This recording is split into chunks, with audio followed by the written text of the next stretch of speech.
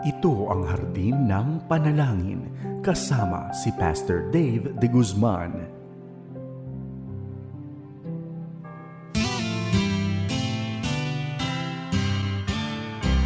May harding mapananalanginan, doon si Jesus naghihintay.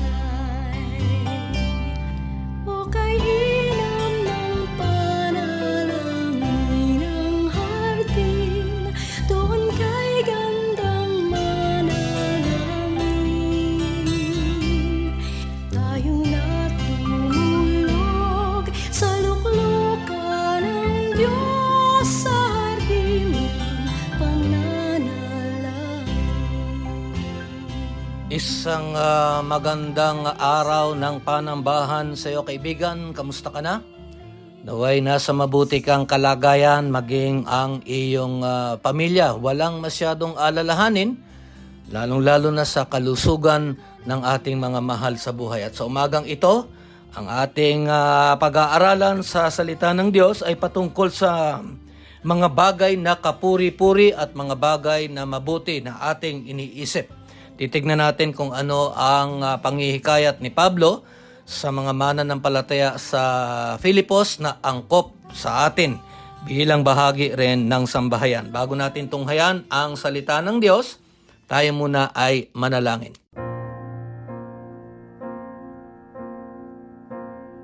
Ama namin sa langit, sa araw po ng panambahan bilang paghahanda sa aming pagdulog sa mga bahay panambahan at aming pong pagharap sa inyong banal na harapan, ay kukunan na po namin ng aral ang inyong salita patungkol sa mga bagay na mabubuti at kapuri-puri. Ito po ang aming babaunin sa aming pong pagsamba sa araw na ito. Naway wala po kayong makitang anumang hadlang upang ang aming pong panambahan ay maging katanggap-tanggap sa inyong banal na harapan. At ngayon pa lamang, nag-aalay na kami ng pasasalamat sa pangalan ni Jesus. Amen.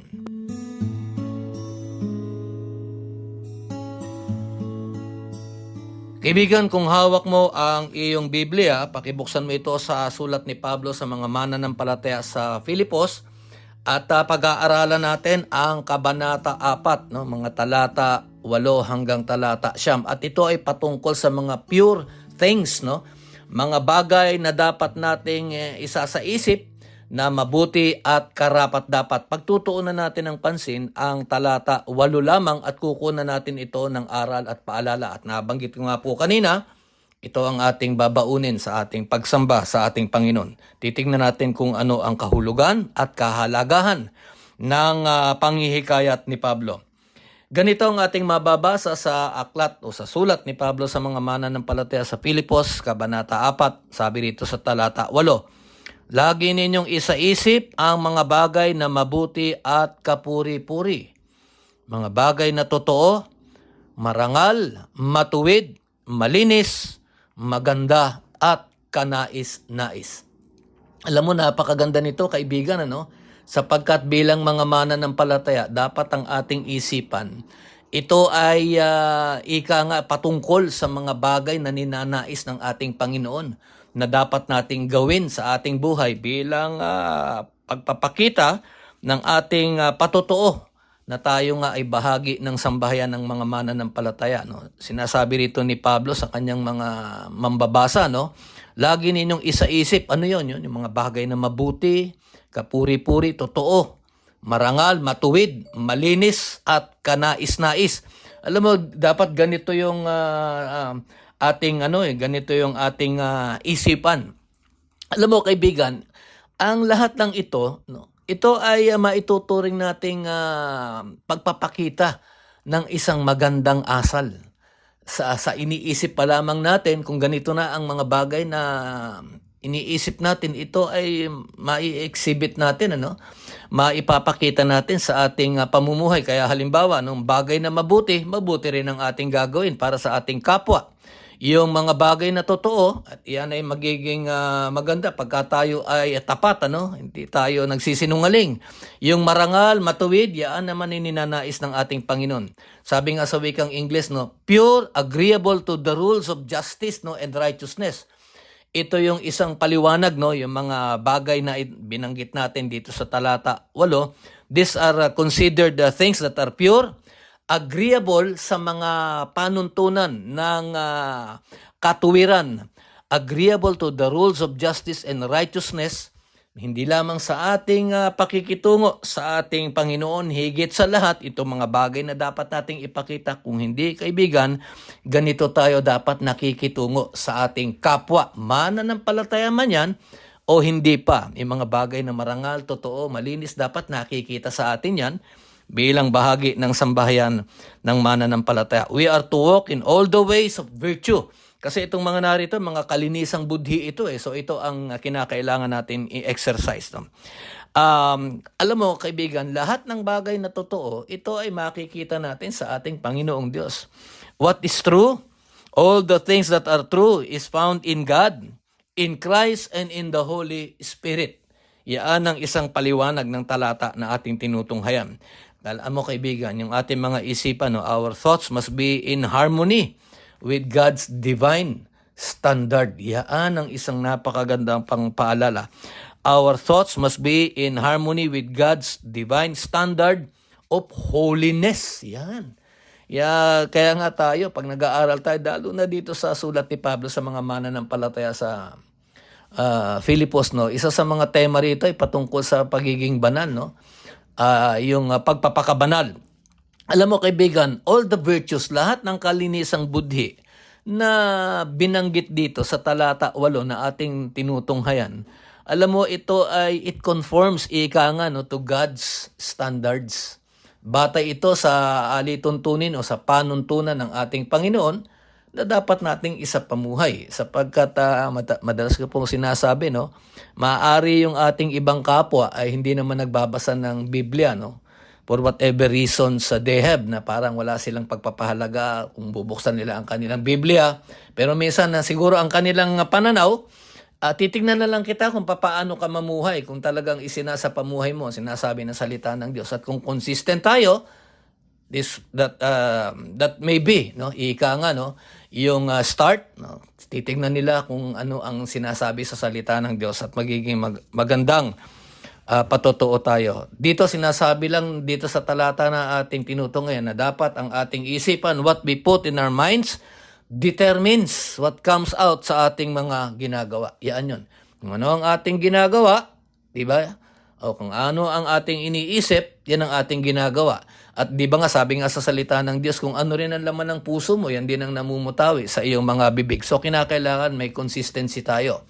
Kinakailangan ang ating consistency ay patungkol sa mga bagay na marangal at mabuti at kalugod-lugod sa ating Panginoon. Alam mo, kaibigan, paano ba tayo tutugon sa ganitong utos at panghihikayat? Kinakailangan humingi tayo ng tulong sa ating Panginoon na pagtuunan natin ng pansin ang mga bagay na ninanais ng Panginoon. Humingi tayo ng tulong, Lord, tulungan mo ako na maisapamuhay ko itong mga kalinisang budhi na inyo pong binabanggit sa inyong salita. At alam mo, it would give the Lord God delight at pagka ito ay ating isinapamuhay. Alam mo, kaibigan, magagawa natin to, no? Sa isip pa lamang, kaya natin to sa tulong lamang ng Panginoon. Yan ang sinasabi natin dito. At hindi tayo kinakailangan na nananangan nun. Let us not rely sa ating sariling kalakasan, maging sa sarili nating pag-iisip. Bagkus, kinakailangan nating manangan sa ating Panginoon sa lahat ng larangan so that we would overcome.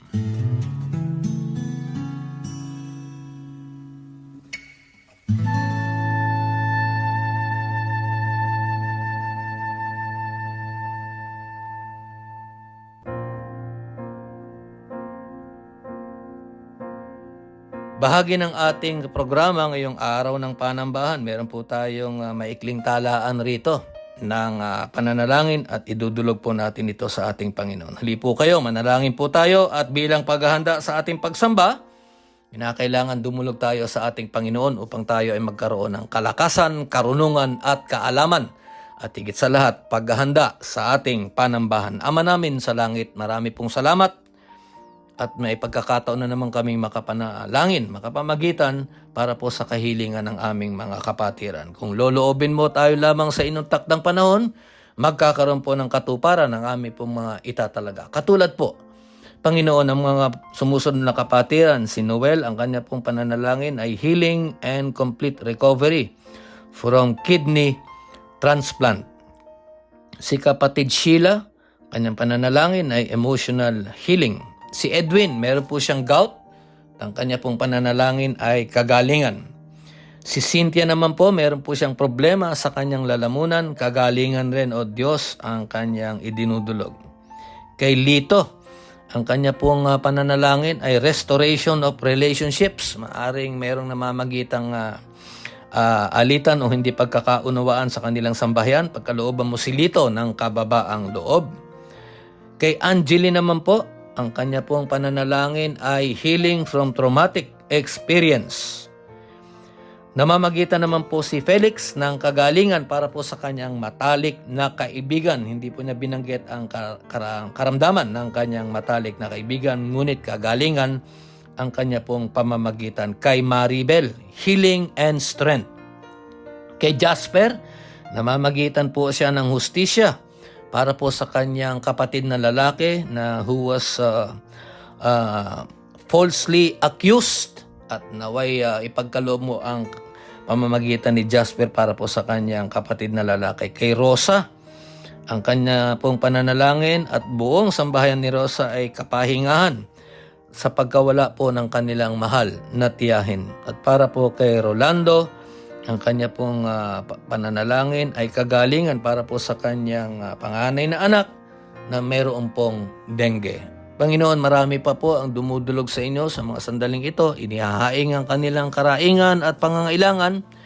Ngunit, Panginoon, sa amin pong mga itinalaga, alam po namin, mas maganda ang inyong gagawin. At kami po ay nag-aalay na ng pasasalamat sa pangalan ni Jesus. Amen.